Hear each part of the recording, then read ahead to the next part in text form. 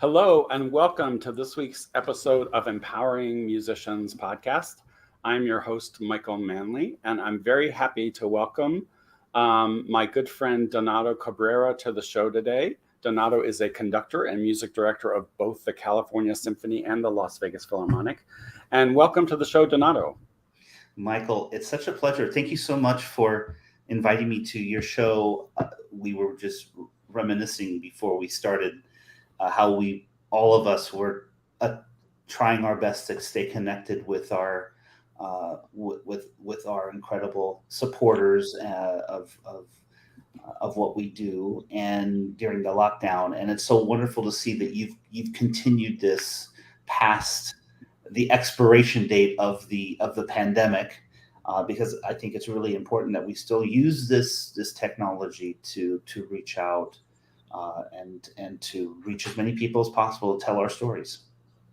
Well, thank you. And, one of my aims in this podcast is to really talk about everything that artists need that doesn't necessarily involve the practice of their craft, and also to sort of educate others about how artists make a living, what their career paths look like, and how they get into what they do. So I'm very curious to explore your path. I understand you probably started as a musician and then went into conducting, right? Because not a lot of people are in high school and they say, I want to be Leonard Bernstein, right? They start as instrumentalists. And so were you also a French horn player, I believe, I recall? I was. Before that, though, I studied piano and played the piano.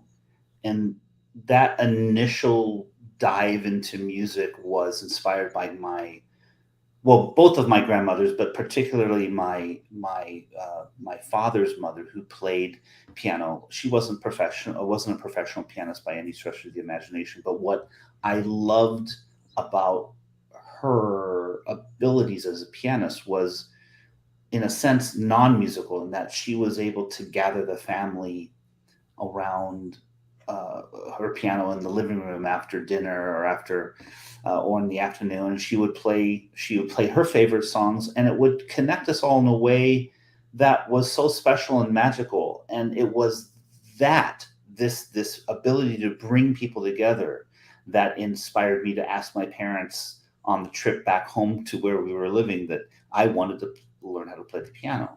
And it is interesting to me that, well, I think all artists are this way, that we have this need and desire to connect to other people. But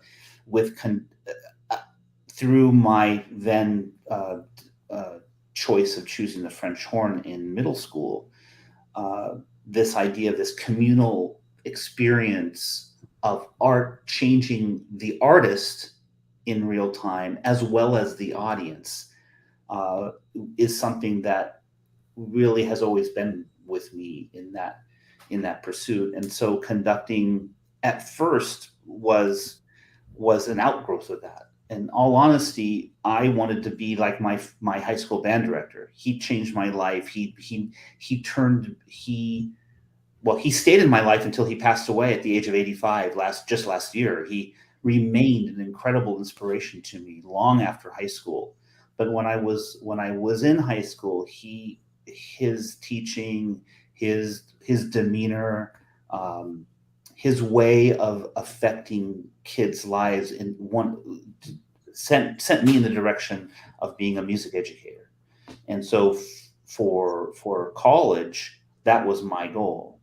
And while at the same time I was becoming obsessed with classical music through compact discs, through CDs. I grew up in Reno, Nevada. First, I grew up in Las Vegas, moved to Reno when I was 10, became obsessed with classical music in high school through recordings. And the two kind of merged in college. My horn professor, John Lenz, who still is the principal horn of the Reno Philharmonic, he was then also the conductor of the UNR orchestra. I went to University of Nevada, Reno for my undergraduate degree. And completely in a naive way, at my first lesson of my sophomore year, I asked John if I could conduct an overture on the fall concert with the university orchestra. And if I had been at any larger school that had a graduate conducting student? Of course, the answer would have been no. But Reno UNR did not have a graduate conducting student at that time, and John gave me the chance. And so from my sophomore year on, I started conducting the orchestra. Did I know what I was doing? No. Looking back now, I shake my head at my younger self, thinking, how on earth did you conduct these pieces? But it sort of then led me on this path of conducting. By the time I was about to graduate, the professors at the university were really the ones who kicked me out of Reno and said, "Listen, you should pursue conducting as a discipline rather than music education." Wow. And I really had no idea what that meant. I didn't know really you could get a master's degree in conducting. I didn't know. And so they told me where to apply. They said, "Okay, you're going to apply here, here, and here." And I did. And then that's what took me to University of Illinois. And I got a master's in conducting. And we can talk about my path further, but it really started from this desire to connect and being inspired and to hopefully be inspiring to others. And that was really through my grandmother. Wow, that's a great story. Well, I wanted to just talk a little bit about, because everybody who wants to be a French horn player or a clarinetist or a guitar player, they all know that they have to just practice in the practice room, and then, but conducting is such an interesting skill because you can't really practice unless you have 100 people in front of you. So how do you hone the skill of being a conductor? How do you get good at it without being able to be in front of 50 or 100 people all the time? Well, I think there are many ways of improving your skills as a conductor, or if in the case of someone who's interested in conducting, of observing what it means to become a conductor. As from my point of view, I played in the orchestra. When you play French horn, you play in an orchestra, and well, you may not be counting rests as often as our other brass colleagues or percussion friends are sitting right behind us, but there are huge swaths of music where you are counting and observing. You can't help but look around you and see how a conductor's gestures are affecting the sound or not affecting the sound, or how when a conductor stops, if what they say truly makes a difference or does not make a difference. So for me, because I was a music education major and I wanted to become an effective band director, I was always watching conductors, all conductors, whether it was orchestra, choir, or band. And so yes, the act of conducting, the physical gestures of conducting can only be honed while you're doing it in front of a group, whether those gestures are working or not. But what you say to someone can be honed in conversation at all times. That's a different set of skills that's required from a conductor. And of course, I think the most important thing, I don't want to assign it a percentage, but it's a large percentage, way over 50%, is how you understand music. And that has nothing to do with what is happening on the podium. And this is where becoming a great musician through an instrument, also through understanding the process of composition, that these are the things that really make a conductor great. It's not necessarily, well, it is partly to do with the gesture, but that is, in my opinion, far less important than how one perceives and understands music, and just your ability as a musician, how well you can hear things, how well you can sing something as an example to an orchestra. If you want, how you want something to go, you often singing it to them is the most effective way. And so these basic fundamental skills that all musicians, frankly, need to be good at, these need to be these need to be excellent at a high level for conductors, and it has nothing to do with conducting necessarily. Yeah, that's so true. And there's such, I mean, the core of conducting, I think, when you're in the moment, is being able to communicate non-verbally with your body. But there is score study. There's all these other things that are so important to the art of conducting as well. Did you have any conductors who stood out to you as mentors, or people that you wanted, that you just got really excited about learning from? Or I know for me as a French horn player, I had a lot of recordings of Barry Tuckwell. He was the only French horn soloist at the time. And then John Williams was a huge inspiration to me. So did you have any inspirations as far as conductors that made you say, yeah, that's what I want to do? Well, without a doubt, and I've already mentioned him, and I've often thought about this uh, because he played such a crucial role. I thought, oh, maybe I'm looking back at through rose-colored glasses, but in fact, I actually saw him conduct many times after I graduated from high school. My high school band director remains, and I know there are other professional musicians that went to high school with him, and they all say the same thing. He remains one of the best conductors I've ever worked under. He was clear, he was concise, he knew what to say to make people better. He knew what to say to make people listen to one another, which is also incredible, a really great attribute of a crucial attribute of a great conductor. So he was for me number one, the first great conductor, and remains so. After that, I would say, gosh, there's so many that I've had. I've been so lucky through the years to have worked personally with wonderfully inspiring and effective conductors. Not least of which, certainly one of the last mentors is Michael Tilson Thomas. I was the resident conductor of the San Francisco Symphony for 7 years, and those 7 years will certainly be a high watermark for me in terms of how someone's artistic presence can be felt organizational throughout the entire organization, through its marketing, its development, of course, its artistic vision. But even all the guest conductors, that he would have an overarching message through what other people's concerts were doing with the San Francisco Symphony, and that was a great lesson. Every day was a great lesson, and certainly before that, Donald Runnicles, who was the music director of the San Francisco Opera, that was the institution that brought me to the Bay Area, originally from New York City. From afar, certainly when I started conducting, without a doubt, Leonard Bernstein. Mm-hmm.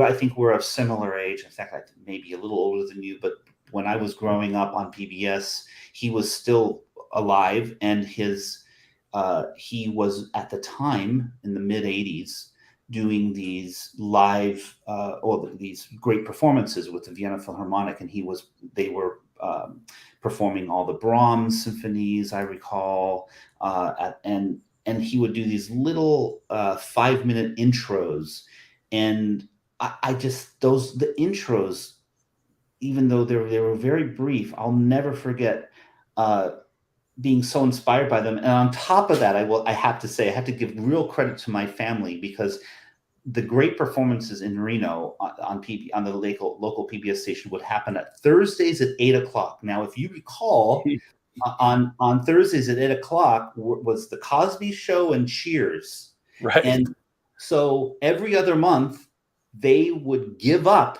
the family watching of Cheers and the Cosby Show, so I could watch these Leonard Bernstein conducts at Vienna Philharmonic, and my family's they're very they're wonderfully supportive, but they're not musicians, so I mean it was a Yeah, big deal. So I that's give great. eternal thanks to my younger sister and to my father and stepmother for allowing me to watch these shows. So yeah, Leonard Bernstein was certainly a catalyst, as he was for so many people. Yeah. I'm certainly not alone in that. And but oh yeah, Claudio Abbado, another incredible influence. Simon Rattle later on. Um, I was very lucky to becoming to my obsession with classical music was happening at the same time that the CD classical compact disc market was exploding, Right. and everyone was recording throughout the late 80s and 90s, and I really benefited from that, I have to say. Yeah, that's great. And I think your experience conducting the San Francisco Symphony's youth orchestra, um, I want to talk a little bit about that, because for me, I think the best conductors are the ones, like I agree with you. I see some conductors here in Las Vegas who I've worked with in the band programs that are just really fine conductors, because they have to be really good educators. They have to be able to train people and make them better. And I think that makes them better as conductors. So did you have that experience working with the youth orchestra? What was that like? Well, that was an incredible big circle that I never thought would be completed. So when I was at UNR in the late 80s, early 90s, one of my roommates, in fact, my freshman roommate, he graduated and went to the San Francisco Conservatory. So in starting in 1991, 1992, I would come down to San Francisco, drive down this 4 hour drive. I drive down here because I didn't really know the city of San Francisco that well. My mother lived in San Jose at the time, and so I would always, on my way down to see my mother, I would spend a day or two in San Francisco with my former roommate, and his roommate in San Francisco was one of the conducting students at the conservatory. And we've remained friends all these years later. But I remember one particular Saturday afternoon in 1991 or 1992. Howie is his name. He said, "Hey, what are you doing this afternoon? You want to come with me to watch a rehearsal?" I said, "Oh, great," thinking that I was going to get in to see a San Francisco Symphony rehearsal or San Francisco Opera rehearsal. I said, "Well, what are we going to see?" He said, "Oh, well, there's this youth orchestra that is rehearsing this afternoon." I said, "Oh, youth orchestra? Why do I want to see a youth orchestra?" He said, "Well, trust me." So we get on public transportation, go downtown to Davies Symphony Hall. I walk in for the very first time, actually, in my life, through the stage doors of Davies Symphony Hall. Uh, Howie introduced me to the Alistair Neal, who was then the music director of the youth orchestra. He was very nice to me. He said, "Oh, well, right now we're everyone's doing sectionals, so the first violins are doing their sectional right now on the main stage. So just go in and watch them." So we did, and it was, I'll never forget this. It was Prokofiev's Symphony Number 5. It Wow. was the last movement, and I sat down, and they had this Russian, wonderfully inspiring Russian coach. She was then a member of the first violin section, Zoya, and it was the closest thing to perfection I had ever heard. I couldn't believe it. I thought to myself, these can't be kids. And then the break happened, and they had a 15-minute break, and then the entire orchestra got on stage at 2:30, and they proceeded to rehearse the Prokofiev Symphony 5.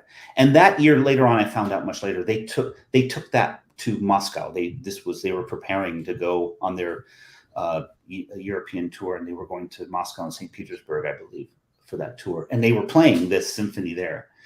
And I thought to this was as clear as day, even it's 30 years later, thinking, if I ever got to conduct a professional orchestra or an orchestra nearly as good as this youth orchestra, I will feel like I made it.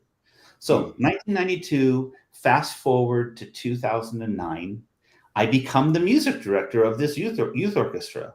Okay. And so for me, that was an incredible journey, an incredible honor. But to your point, what it brought out in me was were my initial desires of what it means to be a conductor. I was able to really influence people, young aspiring musicians, with me for while they're playing this music for the very first time, whether it's Berlioz Symphony Fantastique, Mahler Symphony Number 5, Mahler Symphony Number 1, all the great repertoire that I did and took on tour with them during those 7 years. These were these memories that they have will always be the first memories they have of these pieces. And I treated that experience with enormous respect and gratitude, that I could share with them my experience with these pieces, and giving, and hopefully to hopefully give them the tools necessary, so that when they have the chance to play these pieces again in their lives, they will have that toolbox always there. So it was a wonderful, wonderful experience for me, and I'm very proud and grateful to have been their music director. Oh, that's a wonderful story. And I want to talk a little bit about the opposite situation, which is where a younger conductor, maybe you in your youth, or you get in front of like an orchestra like the San Francisco Symphony for the first time. And I know that musicians in those top orchestras, they're in the top 99.9 percentile of their skill level, and they're used to working with people and assuming that everybody else is on that level. And then they have very little patience, right, for conductors who they might not feel a connection to. I've seen the New York Philharmonic just, with guest conductors, it's like, oh, do they like this guy or this woman this day or not? And you can hear it sometimes immediately. So what was it like getting in front of like a major orchestra like San Francisco for the first time as a young conductor? Well, it can be all of those. It can be it can be anything you want it to be. Um, often it can be out of your hands too. I can share with you. Let me just say this though. By and large, the experience was always incredibly positive, Mm. because coming up, being chosen as the assistant conductor of a major symphony orchestra, um, even if you are on staff, if you are an assistant conductor of any orchestra, be it large or small, you're one of them, and they want you, in general, they will give you they will have a lot more patience for you, because they know that their role is to help you become better. It's a lot different than if you are a guest conductor with a major symphony orchestra. That's they're not they're not there to make you a better conductor. That's a totally different scenario. And I've seen many instances where that relationship between a guest conductor and an orchestra, it's like oil and water. So Yeah. I can just say I remember when I auditioned for one of the very first auditions I had with a major symphony orchestra to become an assistant conductor. I I thought, okay, I'm going to walk out on stage with a lot of energy and walk out there, not run, but walk out there with, with intention. And I did, except I tripped on the podium, and I don't know how I didn't fall flat on my face. And the snickers of the concert master, and the first desk of violins of the string section, as I fumbled onto the podium. I thought I just would, I should just crawl under some rock and not even do the audition after that. It went fine, and they were very nice to me, but it was just, oh, how embarrassing was that? Oh And man. but I would say, even when this is the challenging thing when you are, if you are lucky enough to get a position, as I did with the New Jersey Symphony, then San Francisco Opera, and then San Francisco Symphony.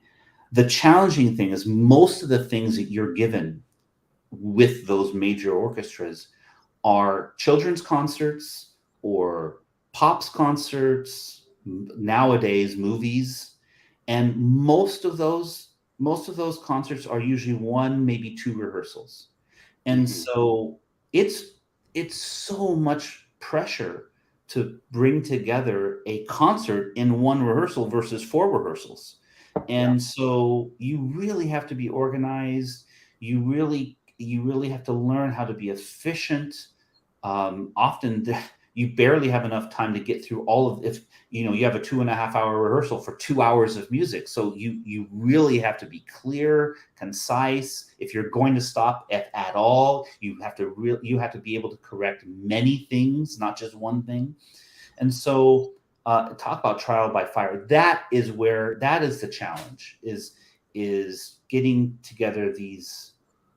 And yes, these orchestras can basically play everything perfectly at one rehearsal, but nevertheless, it's still, that's the challenge, and that's the trial by fire that you have to go through as an assistant conductor. Yeah. Well, and from there, you've now attained the title of music director of two orchestras, and so conducting is really the skill, right? That's the practice, but being a music director is a bit more involved. So, what does the role of a music director in 2023 look like for an orchestra like the California Symphony, for example? Well, in the 10 years or so since I've become a music director, Hmm. first it was with the Green Bay Symphony, then it was with the New Hampshire Music Festival, and then along the way, first it was the California Symphony, then a year later with the Las Vegas Philharmonic. And in these last 10 to 12 years, actually the role of what is expected of a music director has changed even more. When I first started, I would say it was very traditional, in that you were expected to have a very clear artistic vision of what you would want to program, and really the only challenge you had to do was that if you thought it was important to do music by living composers, your goal then was to be convincing to the board and to the marketing department and to the audience, to the stakeholders, basically, that doing music by living composers was relevant and necessary, which is, I certainly fall into that camp. However, since I've been music director, and thank goodness for this, it has now it is not just music by living composers, but we need to be doing music by women. The diversity quotient has finally come to this art form, and we are now expected,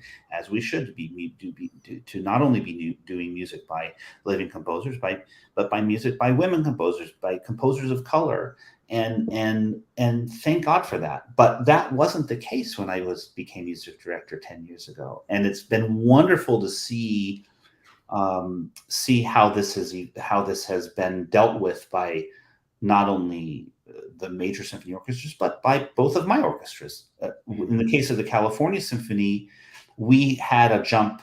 We had a jump on this because in 2017 we felt that, long before the Me Too and George Floyd and Black Lives Matter, we had set in motion a call to diversity that was basically had become policy. And so by the time the pandemic arrived, 2020, et cetera, we were already well underway in celebrating these things, that these composers who had been underrepresented for so long. So, but nevertheless, where we sit now as musicians and members of an orchestra, or as music directors, I think it's actually. I was thinking about this morning. It's really exciting. We're now performing repertoire that is relevant to our society, and it only took 200 years, but here we are at this time and place. Yeah. Yeah. No, absolutely. And I think that's so crucial, the idea of like really reflecting our community, and in not only our personnel, but also in the music that we make as well. Um, and I know that in 2023, especially, I think now the conductors are also expected to kind of be ambassadors to the community, the music director rather, and also take on some responsibility and fundraising and all of those things. Do you find that was a different skill you had to also master as well as conducting, or is that something that is a complement to the conducting, or do you feel that it's an additional work that you have to do? Or Personally, for me, and it's because of really this wonderful job that I got when I was a senior in high school in Reno, when I was about in March of 1988. I walked into what was then the CD store in Reno, where if you were a classical fanatic or jazz, sort of the esoterica of recordings, you would go to this place called, appropriately named, the CD store. Yeah. That was the name. And Yeah. I applied for a job, and because of mine already, I had pretty good knowledge of classical recordings. The owner hired me, and I ended up working there for 7 years until I left to do my master's. And in those 7 years, I got to meet these people who I still love meeting, which are people who are obsessed with music as much as we are as musicians, but aren't musicians. Hmm. And they would come in every week. Back then, the new release day was Tuesdays, and whether it was rock, jazz, classical, world music, didn't matter. That was when all the new music was released. And those folks, I just had, whether they were a doctor or they worked for the school district or the power company, talking with them about music was so inspiring to me. And I never lost that love of connecting with people. And so as a music director, that fit right in for me, because I don't know if you know this, but for Las Vegas Philharmonic concerts, for during the intermission and sometimes after the concert's over, I go to the lobby. And my Hmm. goal when I go to the lobby to chat with people is just to interact with them about the music that they're hearing. Yeah. And so that connection, for me, that's not an added part of the job. That's actually like a bonus. Yeah. I Yeah. truly love that. And when I talk to the audience before each piece, I try to chat with them about why I chose the music. Hmm. Why are they sitting here listening to an overture by Sibelius, or a new piece of music written by Jesse Montgomery, or a concerto by Prokofiev? There's a reason why I chose it, and I think they should know why. And it's not, the reasons are as simple as why they would choose a recording to listen to at home by the Beatles. Like, it's the same reason. So Yeah. connecting to the audience, which in turn is fundraising, Right. and is in turn development. That's a joy for me, frankly. That's great. Have you commissioned any new pieces for either of your orchestras, and who are the composers that you think are important, the younger or I would say contemporary composers that you feel that you want to champion as a conductor? I was very lucky when I became music director of the California Symphony. I took over uh, an orchestra that had already had a very well-known composer in residency program Mm. called the Young American Composer in Residence. And this composer in residence, it's a 3-year residency, and every year at usually the last concert of the season, we premiere one piece. We commission and premiere a piece. So I've commissioned in 10 seasons. I've been a part of 30 commissions with the California Symphony. And as important, if not more importantly, I've been part of the development of these composers, because they don't only come here to hear their piece being premiered at the final concert. They come at least once in the middle of the season to do a 30-minute reading session with the orchestra of ideas that they're having about that piece that will be later commissioned, which is totally unique. And that's why this residency is so popular and well known, because this does not happen. It's a lot of money, and to have an orchestra for 30 minutes, basically as a crayon box to experiment, is such a gift. Talk about not having the ability to work with the thing that you are supposed to be doing, like conducting. It's a privilege to have the 2.5 hours to work with an orchestra.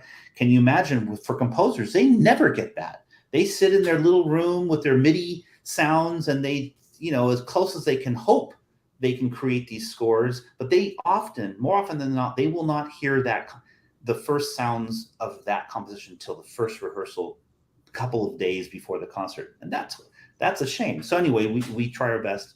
So over the years, before my time, Mason Bates was one of the composers in residence with the California Symphony. Kevin Putz, Christopher Theophanides.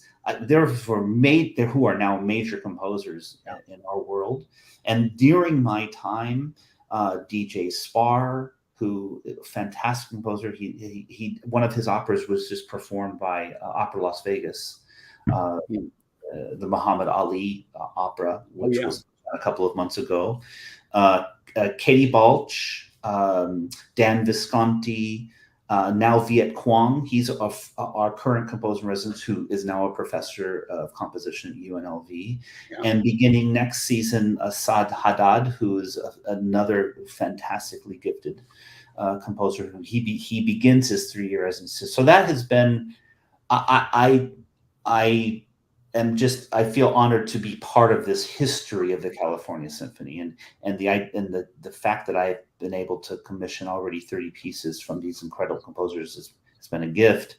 At the Las Vegas Philharmonic, we were part of how orchestras typically commission these days is they become a co-commissioner. So because to commission a piece by a composer is expensive. So what these composers often do, they create a consortium of orchestras. So the first piece that I did in that context was we were part of a consortium for the world premiere of Philip Glass's Piano Concerto No. 3, and Simona Dinnerstein came to. She was a person who initiated the commission, and she came to perform it with the Las Vegas Philharmonic. Sometime before the pandemic. I never, one of those years before the pandemic, 2017 or 18. And then since then, we were part again of another consortium through New Music USA with Juan Pablo Contreras. We premiered his Mexicano, which has now gone. We were the lead orchestra, so we had the world premiere in Las Vegas, and it has since gone around with all the other consortium members to have its performances. So I think it's like I said earlier, performing music by living composers, commissioning new pieces. It keeps the art form relevant. It keeps the art form continually refreshing itself. All art needs to be regenerative, or it dies, and classical music is no exception. Orchestral music is no exception. Yeah, absolutely, and I think what you touched on was so crucial. And even 30 minutes is not a lot of time for a young composer, right? But it's the complete opposite of how, say, a piece of theater would be born. Like, you would have readings, you would have workshops. There's all kinds of honing that goes on with performers, and you'd have test audience, previews with test audiences. I mean, writers as esteemed as like Edward Albee would make changes during a play's Broadway preview run. Like, okay, that's not working, or this is not working. Absolutely. And it's just absurd to me that we don't do that in our industry. It is. A lot of it. I think a lot of it had to do, of course, with the rising costs of orchestras throughout the 20th century.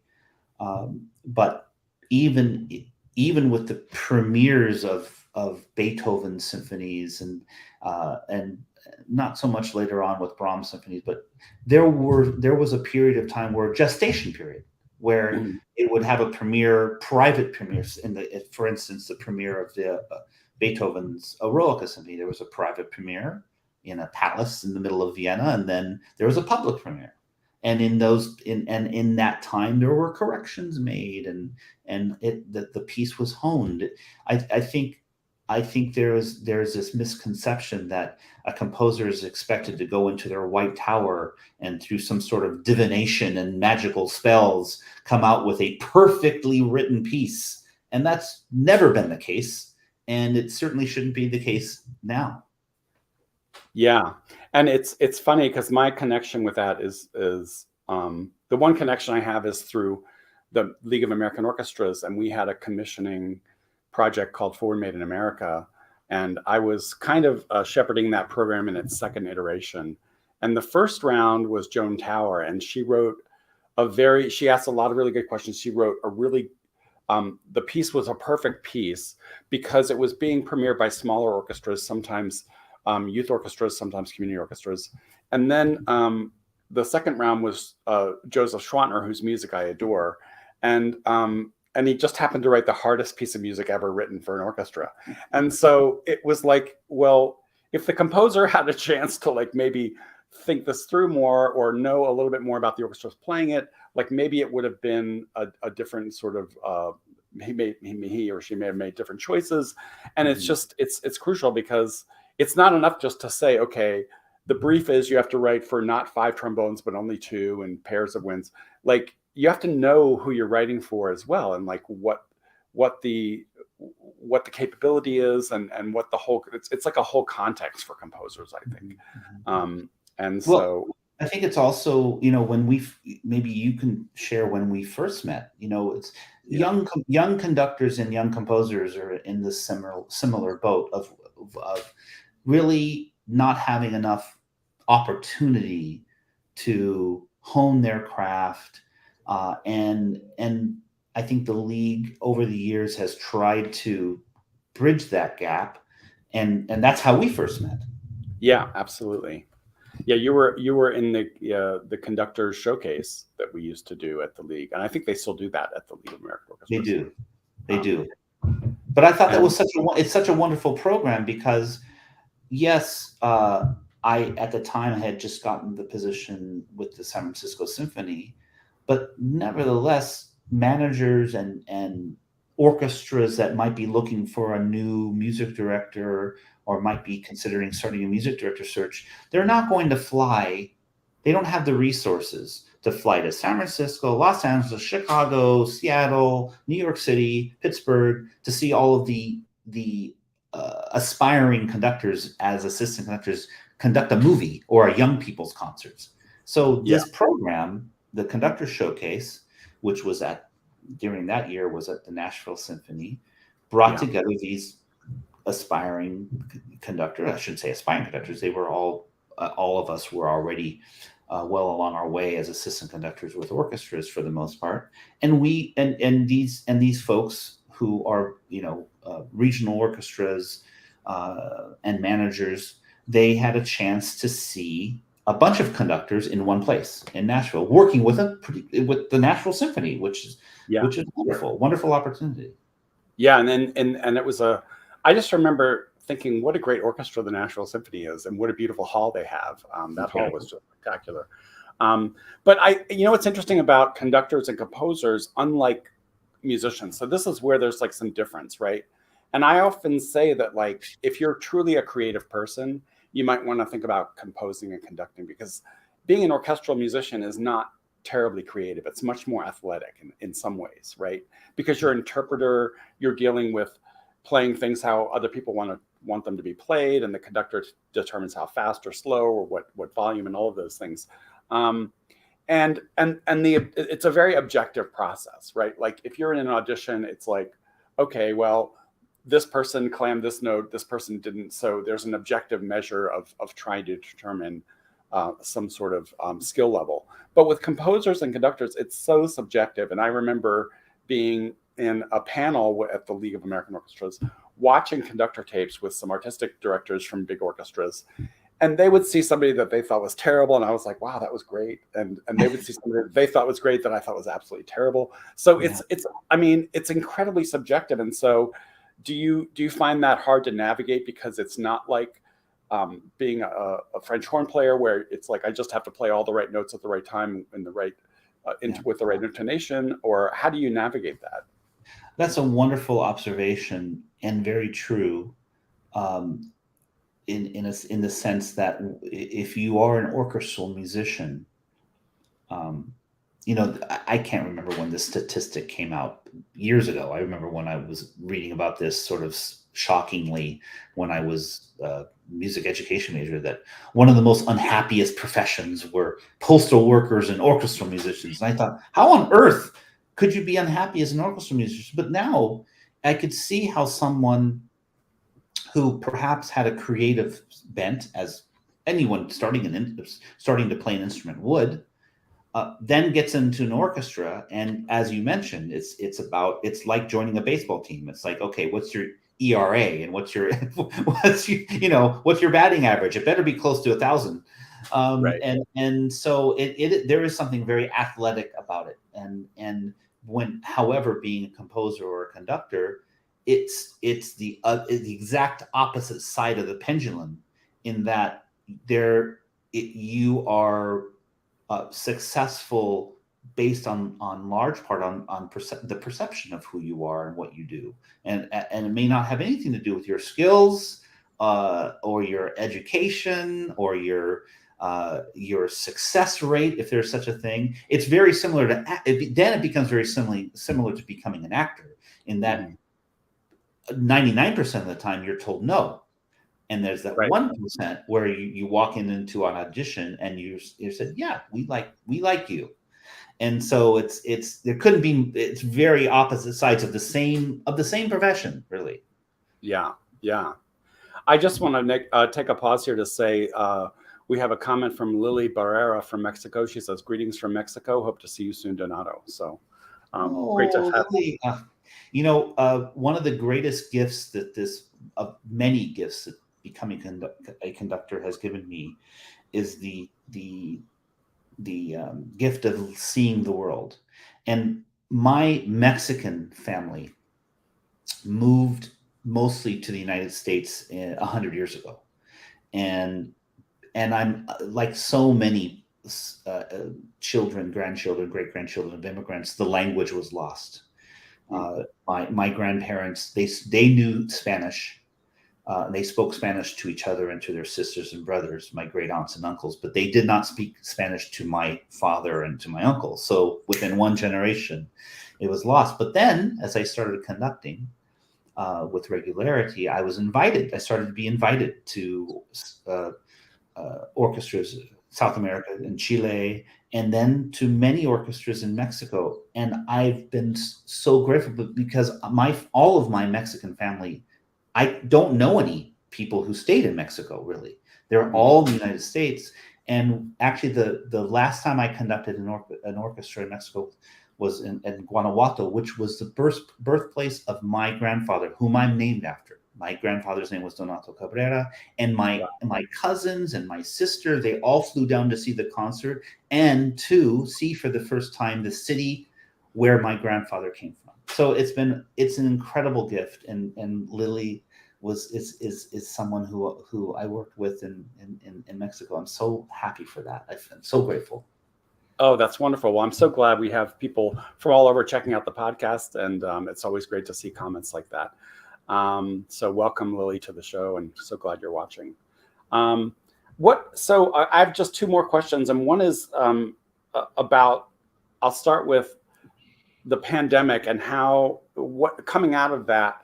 Have you noticed? I know there's, like, in New York City, the Metropolitan Opera is really struggling getting folks back in the seats. And has it affected you with the orchestras that you conduct in terms of, like, getting audiences back to the hall, and how did you stay connected and through the pandemic with audiences, and with and how do you keep the musicians at the top of their game and all of that as a conductor? How did you manage that through the pandemic?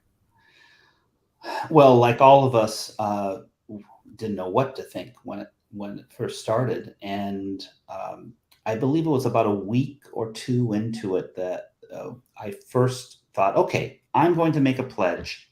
It's not going to last very long. I can handle this, I think. I will write a blog every day until my first rehearsal. That can't be longer than a couple of weeks, right? Right. So 172 days later, I had amassed this, but it's still available. I joined medium.com, which is a place where many people write blogs. I named it The Music Plays On. And it's not like I wrote certainly I didn't write a masterpiece every day, but what I decided to do was focus on a piece of music that I came up with every day and shared with them my favorite recordings if I could find them on YouTube or performances on YouTube. And that quickly branched out into, um, I remember one of the blogs was my favorite concert venues that I've been lucky enough to go. I went as a resident conductor of the San Francisco Symphony. We performed in basically all the famous venues around the world, and I was usually the only person sitting in the hall for the sound check, and I really got to know these venues really well. Another one was I did one on Erasure the Innocents. It was one of my favorite albums when I was a kid growing up, and so it's Miles Davis, John Prine. When John Prine died, I did a blog on him. So I did that for 172 days, and then I did a weekly show just like this one.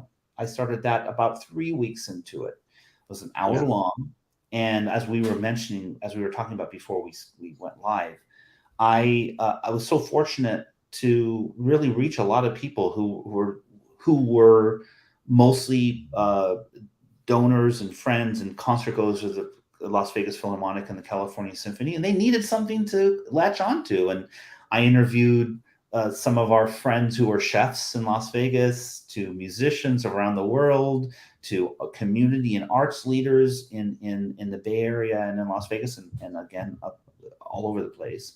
And that also lasted for many months, and I was happy to do that. So getting out of the pandemic, it's been very interesting with specifically my two orchestras, because they're in different parts of the country. With the Las Vegas Philharmonic, as you know, it basically, we're back to exactly where we were before. We're selling out. The hall that we play in at the Smith Center, Reynolds Hall, it seats 2,055 people. And we have sold out many times this last season. This last concert we did, which was Tchaikovsky, Prokofiev, and Sibelius, we had around 1,650 people inside that hall, which is incredible. I mean, frankly, the orchestras in much bigger cities would die to have our audiences. And as opposed to the California Symphony, which is part of the Bay Area. And the Bay Area, like a lot of the other major metropolitan areas, we were very strict during COVID and not until very recently, were masks said it was okay to not wear masks. So I think that I'm not a public health expert, but I think there is a correlation, unfortunately, between the communities and regions of the country that were stricter with COVID protocols longer.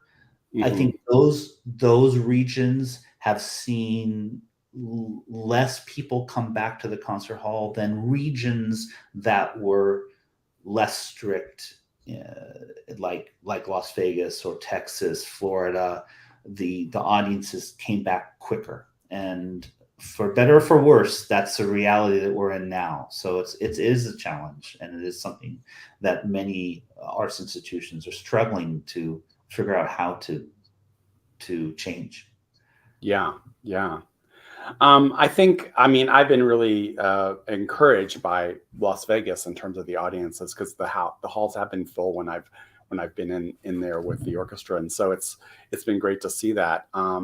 And we're lucky to have the Smith Center, which is a really gorgeous hall, and the city is very proud of it. And it's not on the Strip. It's not part of the whole economic casino, gaming, and resort culture that we have. And people don't realize that Las Vegas is a great food city, among other things, but also we have this cultural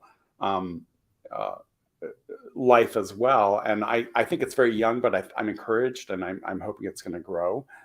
It's great that we have so many sports teams coming here, but eventually I think we also want to invest in our culture. And I think we're doing that slowly but surely here. But the last question I would have for you today is, now that you are a more seasoned professional music director, how do you give back to the younger conductors who are coming up, and what connection do you have to the next generation of conductors? It's a great question, and it's something that question's really been on my mind over the last year or two, because I do feel that this decade or so of being a music director, being a guest conductor, has given me some insight and some experience that I wish I knew 10 years ago, 15 years ago. And I am now, um, I have a new position with the California Symphony as artistic director. And one of the initiatives that I've been talking about incorporating into the California Symphony is a residency that's similar to the composer in residency we already have, but for young conductors. And I've been in talks with the music director of the San Francisco Conservatory of Music, who has just rekindled a conducting program, and it's to do just that. It's to give young conductors every opportunity to observe, to to be part of a board meeting. I had never really been part of a board meeting until I became the music director of an orchestra. That should not be the case. A young conductor should know what a board meeting is all about, and what their role is, and what is expected of them, and how you can guide a board over the course of many years to inspire them, et cetera, et cetera. So this is what I'm in the middle of creating right now, and I hope that we can get this off the ground very soon. That's really wonderful. I mean, I hope so too, and it's much needed. I would say in the industry, in the field. My good friend Chuck McGuire, who's been a guest on the show, and Chuck is another Las Vegas conductor, works with the Desert Winds down in Henderson, and he is the director of the Pinecrest school system. And he was just telling me the other day that they went to a competition with their bands, and the judges couldn't believe that they had a seventh grader conducting one of the pieces. They've incorporated conducting as part of their curriculum in the middle and high school band program, which I think is amazing. And that's kind of ties back. Yeah.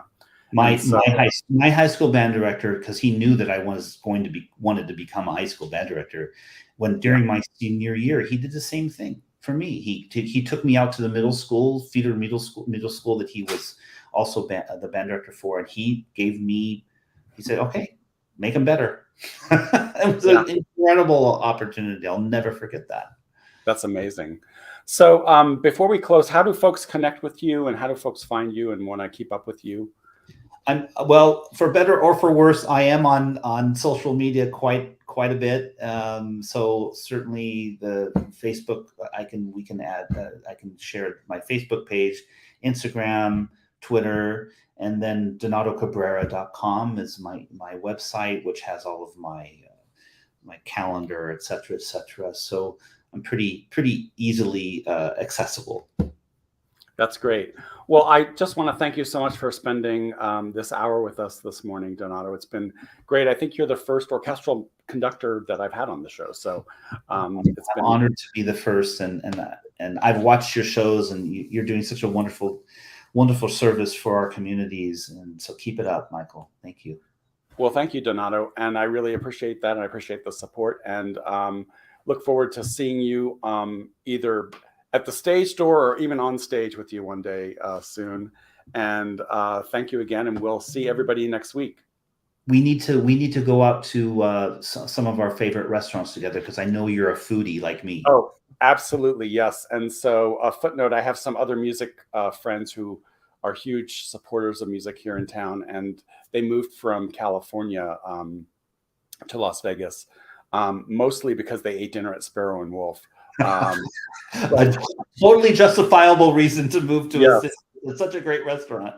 But we have a little band of foodies that I've named the Intrepid Vegas Food Posse. So we will definitely have to have you join. Yes, we'll have to have you as a member and get you a pin and everything. So we'll do that next time you're in town. So absolutely.